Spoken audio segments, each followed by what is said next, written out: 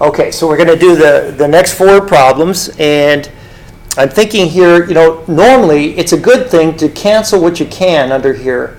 But as I'm thinking about trying to get a perfect cube in this denominator, I think that canceling isn't going to be all that helpful. I'll go ahead and do it just to show you why I don't think it's going to help. It won't hurt me here.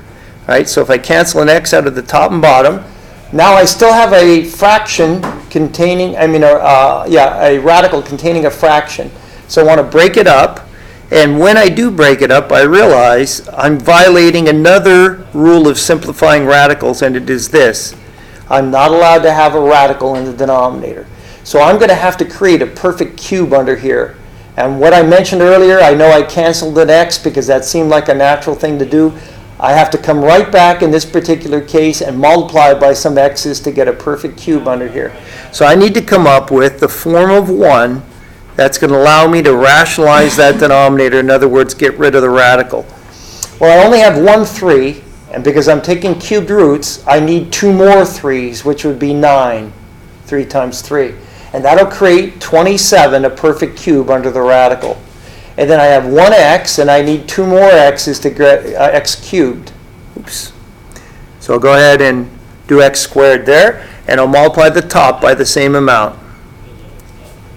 Okay, so now I could go ahead and I'll use my rule of multiplying, and I get the top to be the cubed root of 18x squared.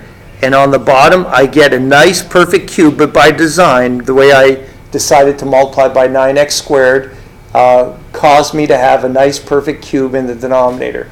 And I wanted that because to simplify a radical, one of the things you cannot have is to have a radical in the bottom. So the top is going to be the cubed root of 18x squared, and the bottom is simply 3x. And I'm done with that problem. And by the way, you might think, well, didn't you tell me, that, hey, if there's something common with the top and bottom, I should cancel?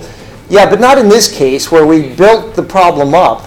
We want to take care of this perfect cube under here, right? So we don't want to cancel. We'll get right back to the original problem if we do that. Okay, so that's that problem. There's no perfect cube up in the top, so I let that alone. And it is okay to have a simplified radical in the numerator.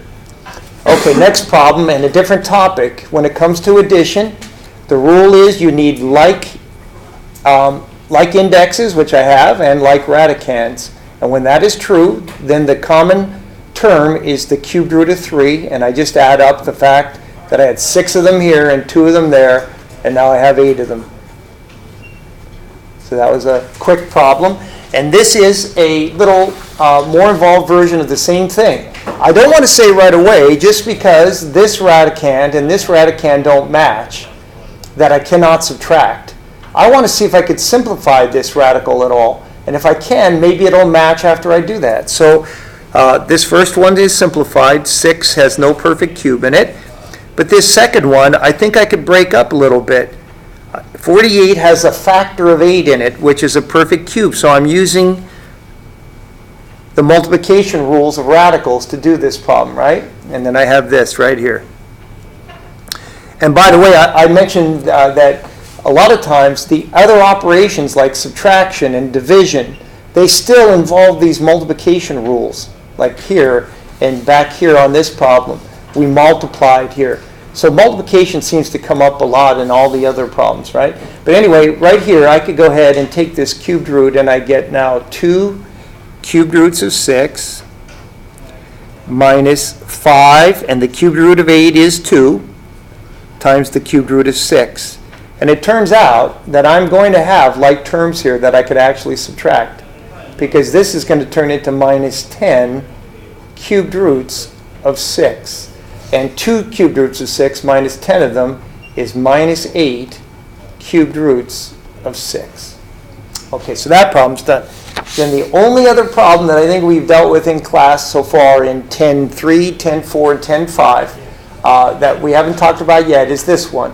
What do you do? Now, we did mention you cannot have radicals in a simplified expression, right? You cannot have radicals in the denominator. What do you do when you have a binomial? Again, you need rationalization, but we do it by what is called the conjugate. You multiply by the same exact expression in the bottom but with the opposite sign. So I'm going to multiply the top and bottom by the square root of 5 minus the square root of 3. And this really turns into a FOIL problem right there, right? So the top, I'm going to go ahead and multiply as well, and that will be really distribution, right? I'll get the square root of 7 times the square root of 5. That's the square root of 35. And the square root of 7 times the square root of 3, that's the square root of 21. But now, here's where the rationalization takes place. The square root of 5, I'm doing FOIL. And by the way, when you do FOIL on the product of a sum and difference, if you're familiar with it at all, you know that the inner product, the square root of 15, positive, and the outer product, the negative square root of 15, will cancel. So I really only have the product of the first terms, which is the square root of 25, minus the product of the last terms, which is going to be the square root of 9. And it turns out, and it should turn out this way, that this is going to simplify further. So now I get the square root of 35 minus the square root of 21 over 5 minus 3, because the square root of 25 is 5, and the square root of 9 is 3. And the final answer will be the square root of 35 minus the square root of 21 over 2.